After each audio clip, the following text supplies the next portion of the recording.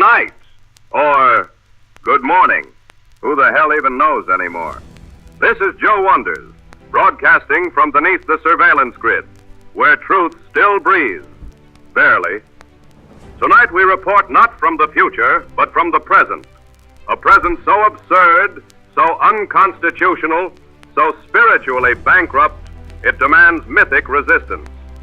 This is the Red Eye Report, and this is a red alert. Yes, we know Charlie Kirk is dead, shot while speaking on a Utah campus. A tragedy, yes. But what followed was not mourning, it was mobilization. Not of compassion, but of control. President Trump called Kirk a martyr for truth and freedom. Pam Bondi vowed to go after you for hate speech. Stephen Miller promised to take away your money, your power, and if you've broken the law, your freedom.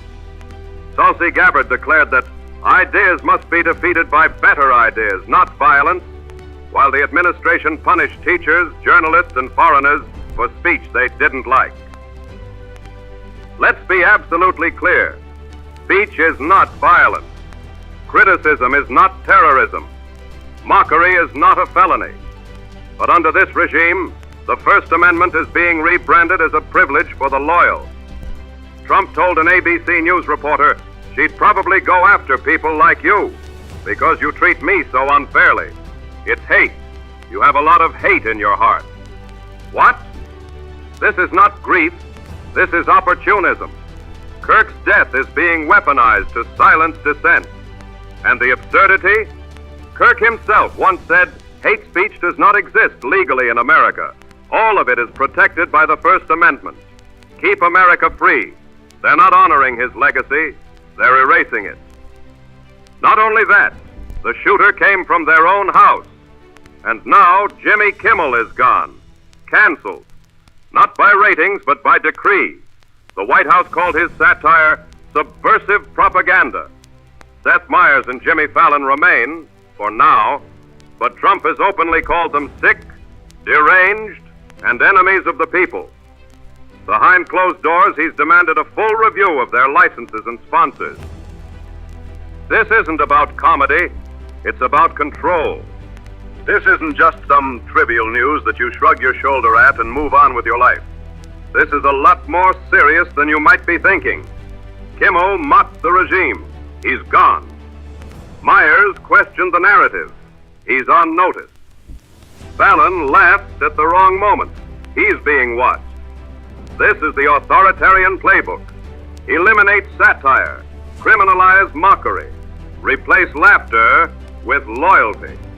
And now the regime has declared Antifa, a decentralized movement of anti-fascist activists, a major terrorist organization.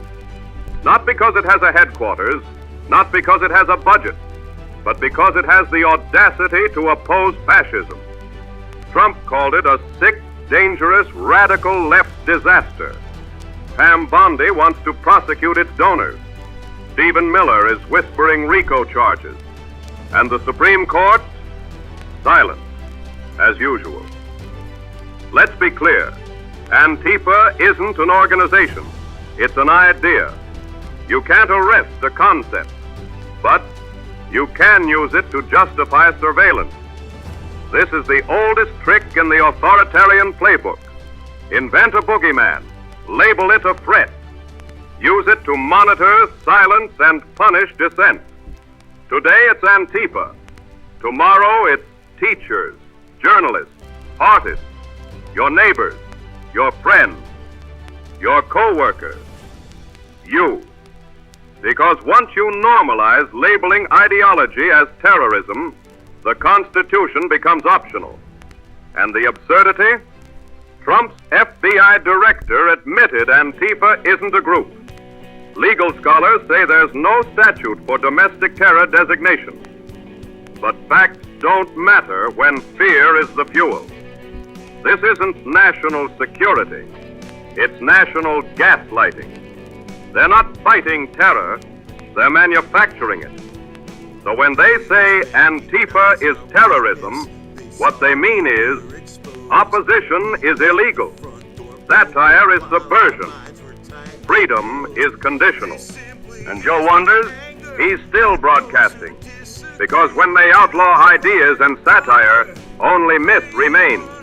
And that's his playground. So, why isn't this front page news? Why aren't anchors screaming? Because they're not anchors. They're assets. Project 2025 is the blueprint. A radical overhaul of American governance. Centralized, militarized, and moralized. Its goals: dismantle independent agencies, purge dissenters, enforce perverted and hijacked biblical values through federal power. And the media? Silent, compliant, complicit. Did you really expect anything else? Fox News mourns Kirk, but echoes Bondi's crackdown. CNN whispers about free speech concerns, but never names the fascism. MSNBC fired Matthew Dowd for calling Kirk divisive. Why? Because they're corporate, and corporations don't serve truth. They serve shareholders.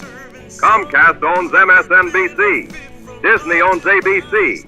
Paramount owns CBS. And they all own silence. The Supreme Court?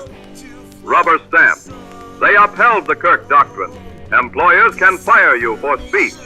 They refused to hear challenges to Bondi's hate speech prosecution. They greenlit AI surveillance of social media for anti-American sentiment. This is not jurisprudence. It's jurisprudential theater. Justice Alito called dissent a threat to national cohesion. Justice Barrett praised faith-based governance.